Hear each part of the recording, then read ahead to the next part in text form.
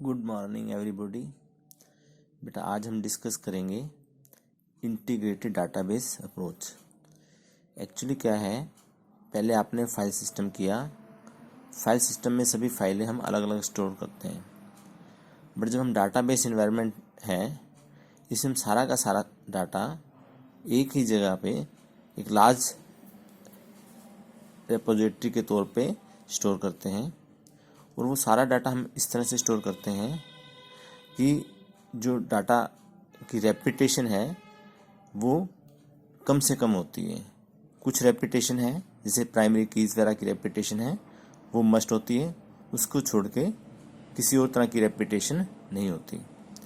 और जो ये सारा का सारा डाटाबेस है, इसको एक सिंगल इंडिविजुअल और एक ग्रुप ऑफ पर्सन्स मैनेज करते हैं, जिन्हें आप कहते हैं डाटाबेस एडमिनिस्ट्रेटर।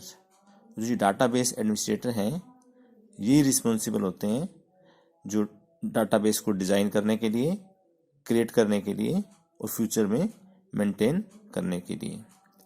और जो एक्सेस है डाटाबेस को, वो क्या है, एक सोफिस्टिकेटेड सॉफ्टवेयर पैकेज के थ्रू कंट्रोल होती है, जिसे आप बोलते हैं डाटाबेस मैनेजमेंट सिस्टम। अब देखिए, हमने पीछे फाइल सिस्टम में डिस्कस किया था कि अगर आपके पास में 3 डिपार्टमेंट हैं, मान लीजिए एक कंप्यूटर साइंस डिपार्टमेंट, एक फिजिक्स डिपार्टमेंट और एक आपका मैथ्स डिपार्टमेंट, तो सभी के पास में अपना अलग अलग से डाटा स्टोर होता है और सभी अपनी अपनी रिपोर्ट बनाते हैं और सभी इंडिपेंडेंट हैं। बट डाटाबेस मैनेजमेंट सिस्टम जहाँ हम यूज़ करते हैं, वहाँ सारा का सारा डाटाबेस, तीनों डिपार्टमेंट का डाटाबेस, ये देखिए, ये डाटाबेस यहाँ पर इकट्ठा स्टोर्ड है। इस डाटाबेस में आपका कंप्यूटर साइंस डिपार्टमेंट का डाटा भी स्टोर्ड है, फिजिक्स डिपार्टमेंट का डाटा भी स्टोर्ड है, मैथ्स डिपार्टमेंट का डाटा भी स्टोर्ड है। अब जब इनमें से किसी भी डिपार्टमेंट को डाटा एक्सेस करके रिपोर्ट जनरेट करने की ज़रूरत होती है, तो वो DBMS सॉफ्टवेयर को कहते हैं। और DBMS सॉफ्टवेयर डाटाबेस में से डाटा रिट्राइव करके लाता है और कोरस्पॉन्डिंगली रिपोर्ट्स तैयार करता है। तो इस तरह से जो ये है हमारी डाटाबेस अप्रोच होती है। डाटाबेस जो अप्रोच है, इसकी अपनी कुछ करेक्टरिस्टिक्स हैं जो कि इसको दूसरे सिस्टम से अलग करती हैं। वो कौन कौन सी हैं, लेट्स सी। तो हम ये देखते हैं, इसमें हम 6 करेक्टरिस्टिक्स डाटाबेस अप्रोच की डिस्कस करेंगे। सबसे पहली करेक्टरिस्टिक्स है self describing nature of the database system. तो self describing nature of the database system क्या कहता है कि जो ये आपका डाटाबेस है, ये जो है डाटाबेस भी कंटेन करता है। डाटाबेस का मतलब जो भी हमारी फाइल्स हैं उनकी कलेक्शन, और साथ में ये उनकी डिस्क्रिप्शन और definition of the structure of the database contain करता है। अब डेफिनेशन जो है आपकी डाटाबेस की, वो कहाँ स्टोर होती है, DBMS कैटालॉग में। कहाँ पर स्टोर होती है, DBMS कैटालॉग में। और इस में आपका मेंशन होता है, structure of the file mention होता है, डाटा टाइप मेंशन होता है। डाटा टाइप का मतलब कि वो अल्फ़ाबेटिक है, अल्फ़ा न्यूमेरिक है। Format of each data item, मतलब उसने कितने स्पेसिस लेने हैं, और किसी भी तरह के कंस्ट्रेंट्स अगर डाटा पे हैं तो वो हम इसमें स्टोर करते हैं। तो इस तरह से जो ये आपका डाटाबेस है, इसकी नेचर सेल्फ डिस्क्राइबिंग, अपने आप को ये खुद डिस्क्राइब करता है। और जो इन्फॉर्मेशन है, ये कहाँ पर स्टोर होती है, एक कैटालॉग में, सिस्टम कैटालॉग में, और जिसे आप कहते हैं मेट डाटा, जिसे आप क्या कहते हैं, मेट डाटा। और ये मेटा डाटा है जो आपकी structure of the database explain करता है। सेकंड कैरेक्टरिस्टिक्स है separation of data and applications. आपका जो डाटाबेस में डाटा है और जो आपका एप्लीकेशंस हैं, मतलब जो प्रोग्राम्स हैं, वो दोनों एक दूसरे से इंडिपेंडेंट होते हैं। जिसका फाइल स्ट्रक्चर है डाटाबेस का, वो डीबीएमएस कैटलॉग में स्टोर होता है, और जो आपका प्रोग्राम्स हैं वो इससे इंडिपेंडेंट हैं। इसका मीनिंग क्या है कि जब आप प्रोग्राम डेवलप करते हैं तो उसने जो स्ट्रक्चर है, आपके फाइल स्ट्रक्चर है डाटाबेस का, उस पर कोई ध्यान नहीं देना है। वो क्या करेगा, जब उसे वो क्या करेगा, अपनी इंटरफेस करेगा, डाटा एक्सेस करेगा वाया डीबीएमएस, वो डीबीएमएस को कहेगा। और उसके बाद में जो डाटाबेस मैनेजमेंट सॉफ्टवेयर है वो अपने आप डाटा एक्सेस करके लेके आएगा और एप्लीकेशन को देगा। इसका मीनिंग क्या है कि अब हम किसी भी तरह की कोई भी मॉडिफिकेशंस अगर करते हैं आपके डाटा में, तो हमें उसके अकॉर्डिंगली एप्लीकेशन में चेंज नहीं करने पड़ते, एप्लीकेशन प्रोग्राम में चेंज नहीं करने पड़ते। अब ये देखिए इन्होंने दिखा रखा है, ये आपका दिखा रखा है डाटाबेस मैनेजमेंट सिस्टम। ये आपके डाटा ऊपर डिफरेंट एप्लीकेशंस। अब जो एप्लीकेशन प्रोग्राम्स हैं ये दिखा रखे हैं, इंटरेक्ट करें सिर्फ डीबीएमएस से। यहाँ पर ये दिखा रखा है डीबीएमएस डाटा और एप्लीकेशंस के बीच में कोई कनेक्शन नहीं है, ये काट रखा है कनेक्शन ये। और ये एप्लीकेशंस किसको कहेंगी, डाटाबेस मैनेजमेंट सिस्टम को कहेंगी। और डाटाबेस मैनेजमेंट सिस्टम क्या करेगा, जो ये डाटा बेस से डाटा उठा के लाएगा और एप्लीकेशंस को देगा। तो इस तरह से हम क्लियर करते हैं कि किस तरह से जो डाटा बेस में डाटा और एप्लीकेशन आपस में इंडिपेंडेंट होते हैं। नेक्स्ट है support of multiple user views of the data. Multiple user views का मीनिंग क्या है, सबसे पहले हम देखते हैं व्यू क्या है।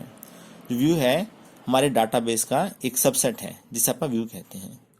एक्चुअली क्या है, मान लीजिए हमारे डाटाबेस में 50 डाटा आइटम्स हैं, बट किसी यूज़र को उनमें से कोई 5 डाटा आइटम्स की जरूरत है, तो वो यूज़र तो ये देखेगा कि मेरे हिसाब से ये 5 डाटा आइटम्स हैं, जो बाकी की डाटा आइटम्स हैं उससे उसको कोई सरोकार नहीं होगा। तो मान लीजिए आपके डाटाबेस में 50 डाटा आइटम्स हैं, 5 यूज़र्स हैं, तो एक यूज़र कोई और 5 फील्ड यूज़ करेगा, दूसरा यूज़र कोई और 8-7 फील्ड यूज़ करेगा। तो इस तरह से हर यूज़र जो है अपने ज़रूरत के हिसाब से फील्ड्स को यूज़ करेगा। तो इसलिए हम हर यूज़र को उस यूज़र के हिसाब से फील्ड्स प्रोवाइड करवाएंगे। तो ये क्या कहलाएगा, व्यू। तो इसलिए हम ये कहते हैं कि जो डाटाबेस में है वो कई यूज़र्स हैं और हर यूज़र डाटा को अपने हिसाब से देखता है। तो ये है आपका हमारा डाटाबेस क्या है, डिफरेंट यूजर्स को उनकी जरूरत के हिसाब से व्यूज देता है।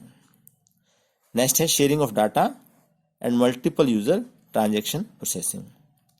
अब इसमें क्या है, हमारे पास में मल्टीपल यूजर्स हैं जो कि डाटा को शेयर करते हैं एट द सेम टाइम। तो जब मल्टीपल यूजर डाटा को शेयर करते हैं सेम टाइम, तो हमें ये ध्यान रखना है कि डाटा जो है उसमें जो अपडेशन है वो प्रॉपर वे से हो। ऐसा नहीं है कि एक डाटा आइटम को एक समय में 2 यूजर्स ने उठा लिया, उसकी वैल्यू को पहला यूजर चेंज कर देगा, वो वापस स्टोर कर देगा। अब दूसरा यूजर अगर पहले वाली स्टेट का डाटा यूज करते हुए चेंज करेगा तो उसमें गलती आएगी। तो इन चीज को कंट्रोल करने के लिए आपके पास में एक स्पेशल सॉफ्टवेयर जिसे आप कहते हैं कंकरेंसी कंट्रोल सॉफ्टवेयर होना चाहिए, आपके डीबीएमएस में होता है। वो क्या इंश्योर करता है कि जब मल्टीपल यूजर डाटा को अपडेट करने की कोशिश करें तो वो इसे कंट्रोल मैनर में करें, ताकि जो रिजल्ट है वो हमारे अपडेशन का करेक्ट रहे।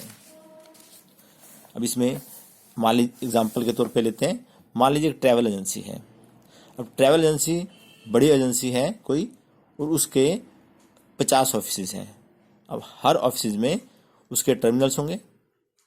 अब जब टर्मिनल्स में सभी जगह बुकिंग की जाएगी, अब वो बुकिंग इस हिसाब से होनी चाहिए कि ना तो ज़्यादा बुकिंग हो जानी चाहिए, मान लीजिए 40 सीट्स हैं और हर जगह हम 5-5 सीट बुक कर दें और बुकिंग हो जाए 100 सीटों की, तो 100 सीटें कहाँ से आएंगी भाई।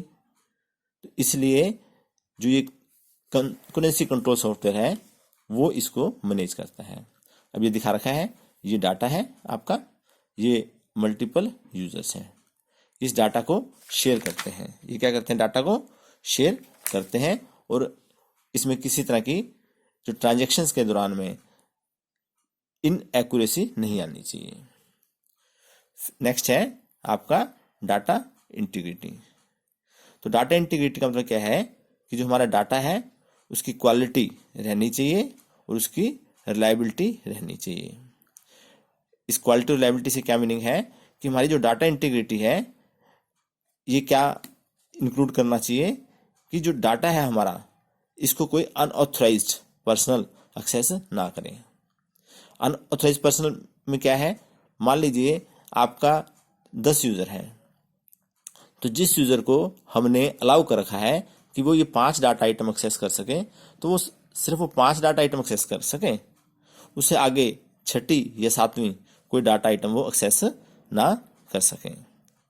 फिर क्या है, एक्सेस भी ना कर सके और किसी तरह का अनऑथराइज्ड चेंज भी ना कर सके। अगर ऐसा होता है तो हम कहते हैं हमारी डाटा इंटीग्रिटी मेंटेन है। तो जो ये क्या है, जो डाटा है ये हमारा रियल वर्ड्स के फैक्ट को रिफ्लेक्ट करता है, इसलिए लॉजिकली हम ये डिमांड करते हैं कि जो रिफ्लेक्शन है वो सही हो। तो इस करके हमारा जो डाटा है it should be correct and consistent. Next है आपकी डाटा परसिस्टेंस। डाटा परसिस्टेंस का मीनिंग क्या है कि जो डाटा हमने डाटाबेस में डाल दिया, एंटर कर दिया, वो डाटाबेस में रहना चाहिए। कब तक रहना चाहिए, जब तक कि हम उसे खुद एक्सप्लिसिटली डिलीट ना करें। और जो डाटा है इसका स्पैन, लाइफ स्पैन क्या होगा, कितने टाइम का रहेगा, it should be decided by the user. ये सिस्टम पर डिपेंड नहीं होना चाहिए। ऐसा नहीं है कि सिस्टम कहे कि ये डाटा 15 दिन रहेगा, ये डाटा महीना रहेगा, ना, ये यूजर डिसाइड करेगा। ये आपका डाटाबेस एडमिनिस्ट्रेटर जो सिस्टम को डिजाइन कर रहा है वो डिसाइड करेगा कि कौन सा डाटा कितने टाइम पे रहना चाहिए। फिर क्या है, आपने एक बार डाटा स्टोर कर दिया, डाटा स्टोर करने के बाद में हमारा डाटा लॉस नहीं होना चाहिए। जो आपने चेंजेस किए डाटाबेस में वो परसिस्टेंट होने चाहिए। परसिस्टेंस मतलब वो हमेशा मेंटेन रहने चाहिए। अगर किसी वजह से हमारा सिस्टम क्रैश भी होता है तो भी हमारे पास में रिकवरी प्रोसीजर होने चाहिए कि हम अपने डाटा को वापसी रिकवर कर सकें। तो ये है डाटा परसिस्टेंस। तो इस तरह से जो डाटाबेस अप्रोच है वो हमने फाइल सिस्टम जो कल डिस्कस किया था उससे डिफर करता है और डाटाबेस एडवांस है as compare to file system. File system आए मैनुअल सिस्टम की तरह ही है बट कंप्यूटराइजेशन है उसमें, और डाटाबेस में और बहुत सारे फीचर्स हैं जिसमें कि डाटा डुप्लीकेसी नहीं होती और ये सारे फीचर्स जो हमने डिस्कस किए। तो बेटा कोई भी डाउट हो तो आप कभी भी क्यूरी ले सकते हैं। थैंक्स।